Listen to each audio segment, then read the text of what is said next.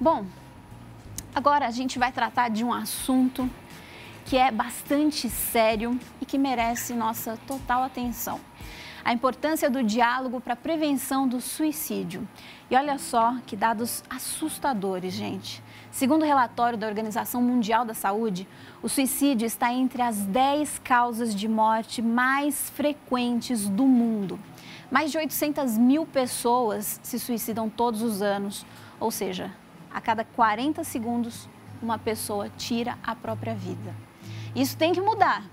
E nós podemos fazer a nossa parte, entendendo os porquês, compreendendo as situações e enxergando de que maneira conseguimos ajudar. E quem já está aqui com a gente para falar sobre a prevenção ao suicídio é o Padre Lício de Araújo Vale, que é membro da Associação Brasileira de Estudos de Prevenção do Suicídio. Padre, seja muito bem-vindo ao nosso Mais Vida. Boa noite. Dani, eu que te Sua agradeço. bênção, Deus abençoe. Agradeço a você, Fábio. Boa noite. Agradeço. Boa noite, Padre. Agradeço muito a alegria de poder estar com vocês aqui nessa noite, falando desse tema pesado, mas que a gente vai tentar falar da maneira mais leve possível para que se possa entender e compreender esse fenômeno tão crescente que é o fenômeno do suicídio. Pois é, né? Eu faço uma live aos domingos de oração e o que a gente recebe de pedidos de oração lá, falando sobre o suicídio de jovens, de crianças, é uma coisa assim absurda, né, Padre? Eu queria começar perguntando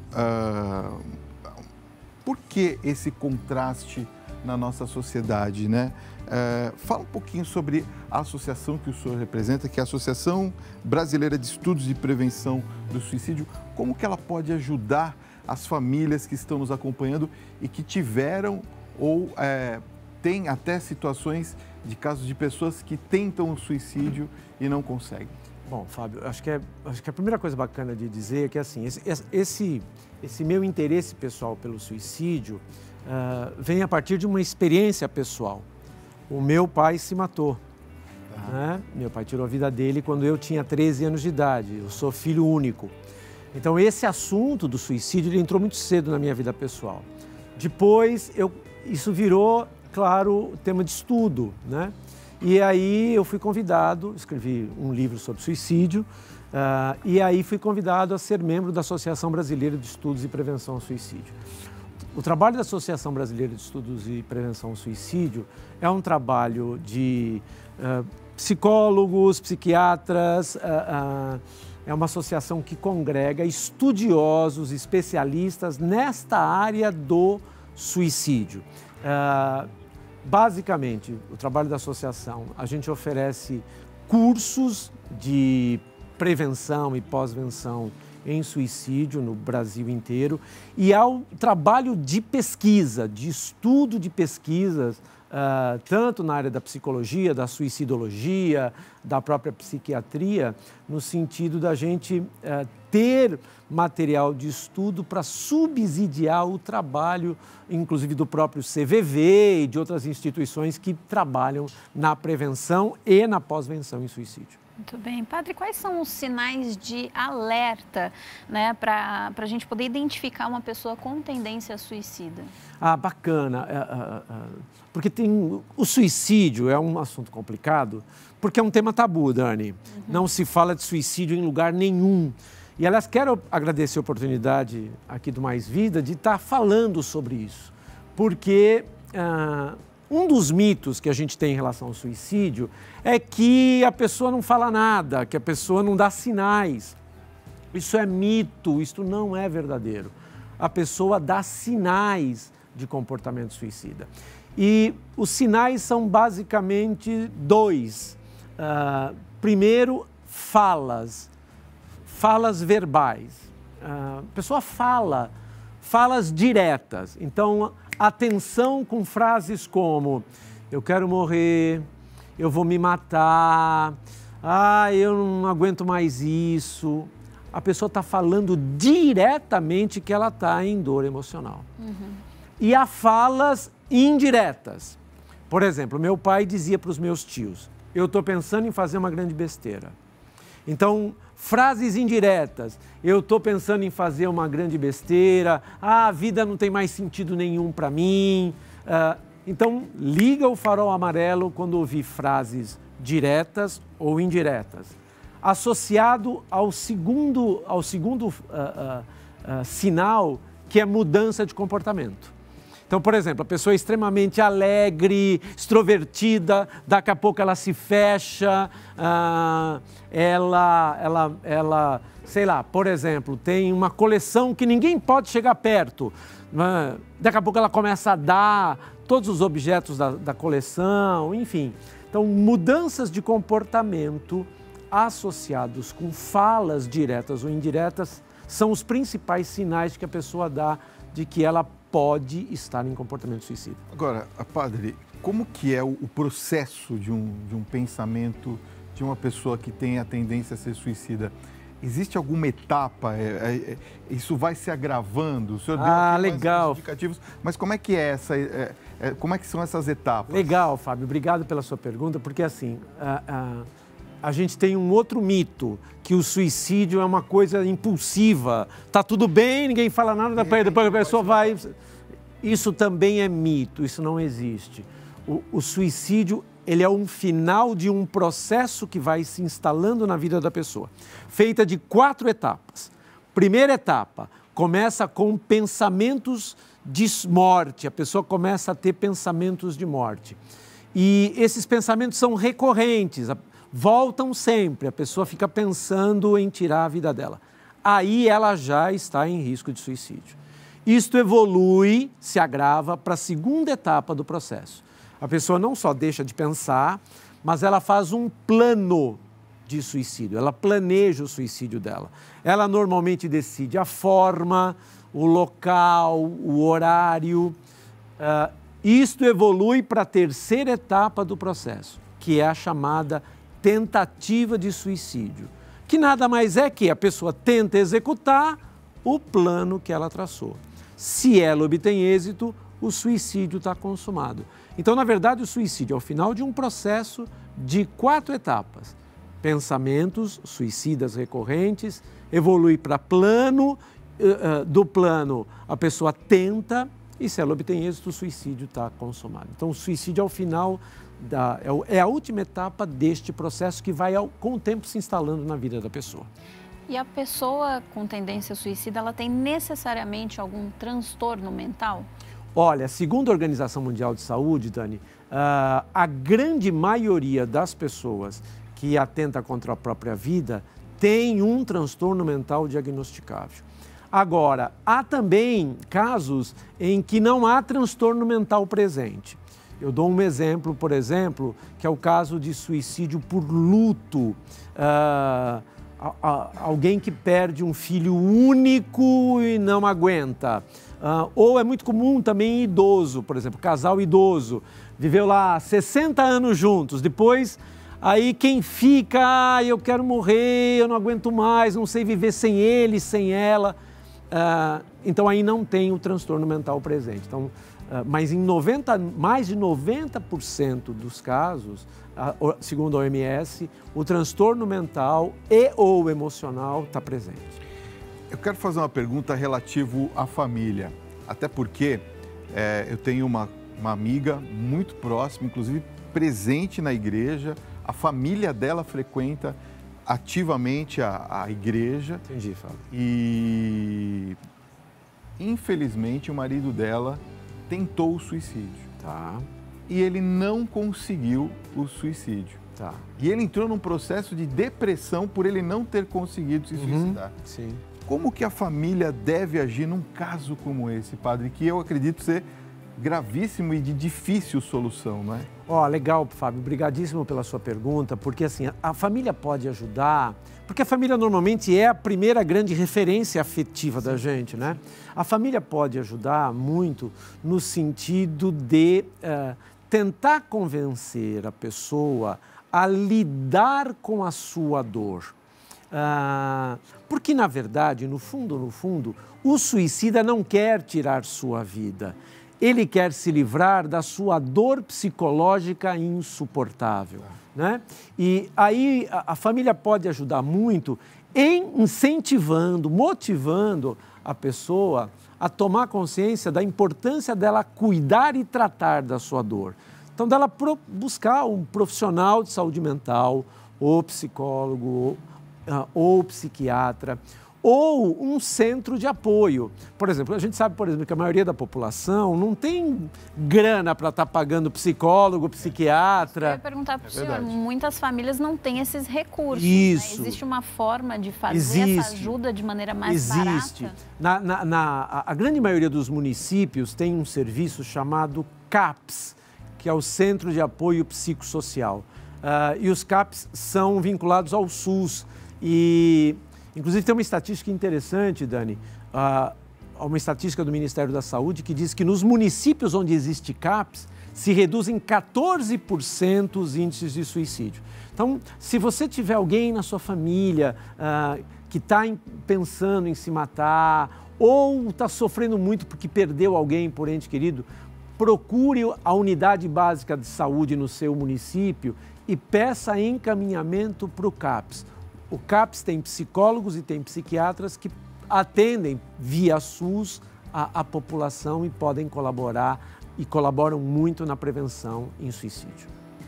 Vamos falar um pouquinho da nossa área aqui, a religião. Vamos. Queria que o senhor falasse um pouquinho a respeito da importância da religião, principalmente nessa questão do suicídio. Legal, Fábio. Segundo a Organização Mundial de Saúde, o primeiro fator de prevenção que previne suicídio é você ter uma religiosidade e praticar uma fé. Porque relacionar-se com Deus faz com que a gente se relacione com um outro diferente de nós. Participar de uma comunidade religiosa aumenta os nossos relacionamentos sociais e, portanto, isso vai nos livrando da sensação de solidão, de abandono, e são fatores de prevenção também para a depressão. Então, ter uma fé e praticar uma fé é fundamental, é o primeiro item em prevenção de suicídio, segundo a própria OMS. E tem alguma idade que é mais crítica para a pessoa ter essas tendências suicidas entre os jovens, adolescentes ou não? Dani, assim, o suicídio, ele acontece em todas as faixas etárias. Agora, no Brasil, os números crescem assustadoramente entre adolescentes e jovens, né? O suicídio já é a segunda causa de mortes entre adolescentes e jovens no Brasil. A primeira é a violência urbana, o suicídio é a segunda. E cresce também muito na terceira idade, entre os idosos, por causas e razões diferentes. Mas cresce muito nas duas pontas, no Brasil, entre adolescentes e jovens e na terceira idade. Entre adolescentes, muitos por conta do abandono, eles se sentem abandonados afetivamente. Porque, na verdade, os pais hoje são muito ocupados, digitalmente distraídos, têm pouco tempo para estar afetivamente com os filhos, né?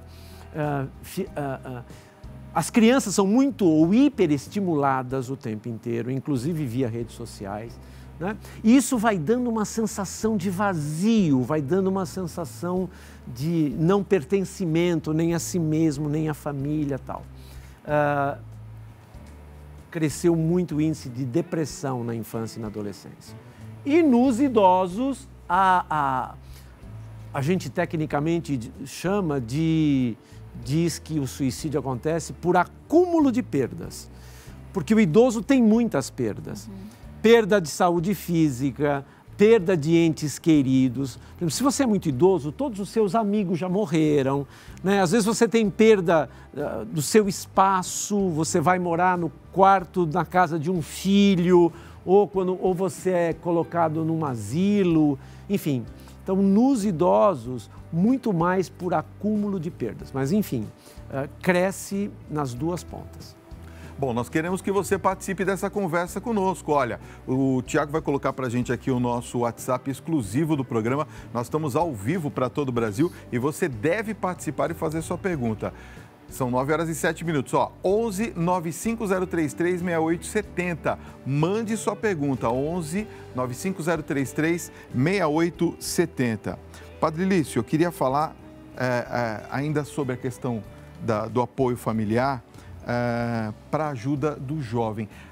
E queria que o senhor fizesse um paralelo aqui, porque a gente tem acompanhado as notícias aqui no Brasil e a gente tem visto não só a questão do suicídio, mas já abordamos até aqui no programa a questão, por exemplo, das ações de jovens dentro das escolas com armas. Ou seja, a gente vê a questão dos jovens se matando dentro da escola. Eu queria que o senhor falasse um pouquinho da importância, não só da família ser acolhedora, para poder, como um ato preventivo, ajudar o jovem a mudar esse pensamento, mas a importância também da escola nesse processo.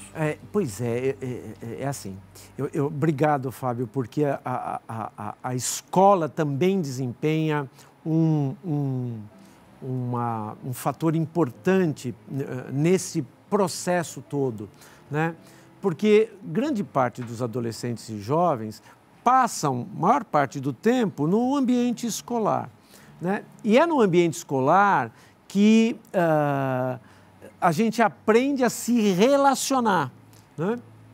Então, muitos comportamentos autodestrutivos, então, por exemplo, automutilação, né? Dificuldade de relacionamento, bullying, acontecem no âmbito escolar, né? Ou melhor, explodem no âmbito escolar. As famílias, eu penso que é importante, as famílias, elas precisam estar mais atentas àquilo que os seus filhos sentem, estarem mais preocupadas em acompanhá-los afetivamente. E eu penso que a escola pode ajudar muito se a escola puder, de fato, trabalhar temas que dizem respeito a estas questões que envolvem a adolescência e a juventude. Então, trabalhar temas como a questão da violência, a questão da importância do amor a si mesmo, a questão do cuidado e o respeito que a gente tem que ter na relação com os outros, o respeito a si mesmo, trabalhar temas como a importância da cidadania, de você também ser responsável pelo bem-estar da comunidade escolar. Eu penso que a escola pode ajudar trabalhando questões de violência, temas como a violência, tudo no sentido de poder colaborar para que vá se colocando, vamos dizer assim, vá adquirindo consciência o adolescente e o jovem da importância fundamental dele ser ético, dele ter ética, dele ter amor e respeito para consigo mesmo e para com os outros. Então, a chave para isso é o trabalho conjunto no âmbito da família e no âmbito da escola. Muito bem. Bom, daqui a pouquinho nós vamos continuar com esse papo, não é verdade? Vou deixar aqui o Padre Lício com a minha colega Dani Pink. Pois é, gente, a gente vai continuar batendo um papo muito interessante. Nós estamos falando sobre suicídio e, claro, você pode e deve participar. O Tiago vai colocar para a gente aqui o nosso WhatsApp 11 95033 6870. Esse é o nosso telefone exclusivo do programa. Manda sua mensagem com o seu nome, a localidade de onde você está falando. Nós estamos ao vivo para todo o Brasil e a sua pergunta pode entrar aqui no nosso programa. São 9h15. Certo, Dani? Isso, Fabinho. O pessoal já está participando, mandando muitas mensagens. A gente quer agradecer o carinho de vocês. Continuem participando. Vamos ler algumas aqui já para aproveitar a ajuda do Padre Lício aqui com a gente hoje. Nós recebemos aqui da Josi, do Rio de Janeiro. Ela perguntou por que o depressivo não entende Deus e quer mais distância da família. Porque, primeiro, a gente tem que entender que a depressão é uma doença. E uma das características da doença da depressão, Dani, é o isolamento, porque a pessoa perde o ânimo, ela é possuída pela desesperança. Ela não tem esperança nem mais em nada, nem em ninguém, nem de ser cuidada, nem de ser ajudada. É por isso que, normalmente, a pessoa desliga da fé, se desliga de Deus, né? Eu, por exemplo, a minha mãe tinha depressão e a minha mãe, por exemplo, às vezes ficava uma semana na cama, não queria levantar e não é uma questão de querer, né? Eu acho bacana falar disso porque muita gente acha que depressão é frescura, né? Que, levanta daí, vamos trabalhar, deixa de ser vagabundo, né? Eu costumo brincar, Dani e Fábio, eu costumo dizer assim, você dizer para uma pessoa que está com depressão, vá, anda, levanta daí, é a mesma coisa de você falar para uma pessoa que quebrou o fêmur. Dizer para ela, vamos, levanta daí. Não é questão de querer, é questão de não conseguir. A diferença é que quando a pessoa quebra um osso, a perna, a gente vê. Na depressão, a alma está quebrada e a gente não consegue ver. Então, e há uma dificuldade grande da pessoa se convencer exatamente por conta disso, porque ela é possuída, a emoção presente nela é a desesperança. Como é que a gente vence isso? Com muito carinho, com muito amor, com muito respeito e com muito afeto pela pessoa. E devagar tentando motivar a pessoa a buscar ajuda. Muito bem. Olha, quero agradecer o enorme carinho da sua audiência em todo o Brasil, o Brasil inteiro ligado aqui na nossa Rede Vida de televisão. Olha só, a pergunta vem de Bento Gonçalves, Rio Grande do Sul. Eu acho que é Melô o seu nome, se não for, é Melô ou Melo, não sei. Boa noite, Fábio, boa noite, Dani e Padre Lício. Quero fazer uma pergunta. A diminuição sumária do consumo das redes sociais não seria um baita remédio para grande parte desses deprimidos, padre? Olha, eu acho que não. Eu vou dizer por quê. Eu acho que as redes, né, a internet, veio para ficar. Assim como nenhum de nós mais vai cozinhar em fogão de lenha, né? Enfim, eu acho que a internet veio para ficar. A questão, para mim, é como a gente lida com ela. Como tudo na vida, a internet tem muita coisa boa e também tem muita coisa ruim. A questão é como a gente lida com a rede, né? Agora, eu concordo com você que talvez as redes sociais e o tempo que a gente fica em rede social, talvez de fato colabore para um certo isolamento, para a gente viver mais no mundo virtual do que no real. Agora, eu não acho que suprimir vai resolver. A questão é da gente ter, como em todas as coisas, ter um uso adequado, moderado, né? Com a internet e nas redes sociais.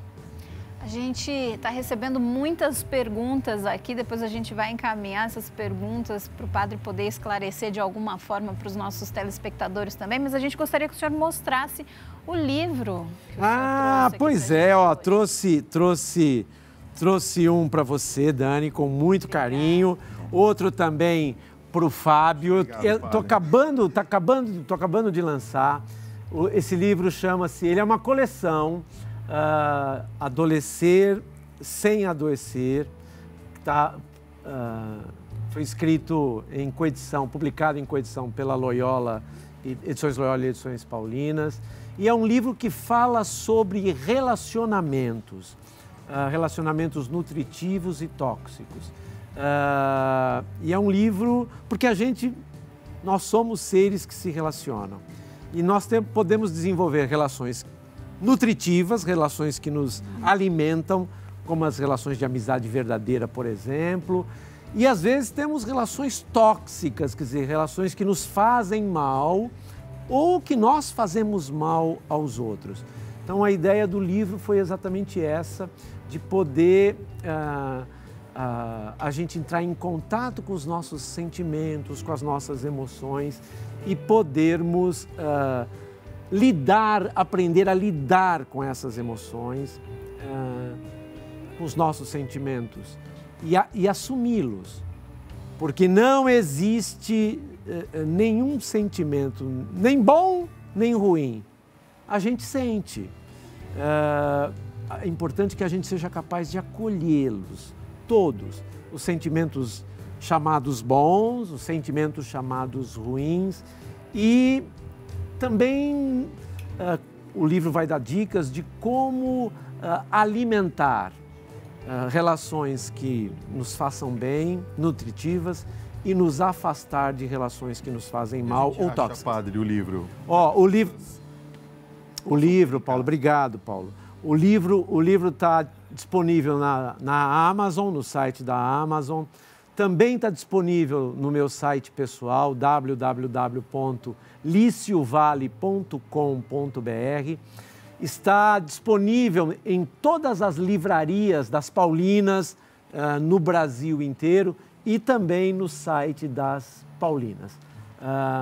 Acolher e se afastar relações nutritivas ou tóxicas. Vou aproveitar para fazer um jabazinho, um comercialzinho, um presente bom para dar para o amigo secreto agora no final de ano ou para o Natal também para os amigos. É isso mesmo. Olha, quem quiser ficar em contato com o Padre Lício pode seguir no Instagram, @licio.vale. E os telefones para contato, DDD 11 3564 1565 e o 98880 1040. Padre, a gente gostaria de agradecer a presença do senhor aqui no programa. Obrigadíssimo, Dani. Muito obrigada. Foi muito bom estar com você. Obrigado, Fábio. Também uma alegria grande com você. Uma alegria grande estar com você que nos acompanhou. Deus te abençoe. Amém.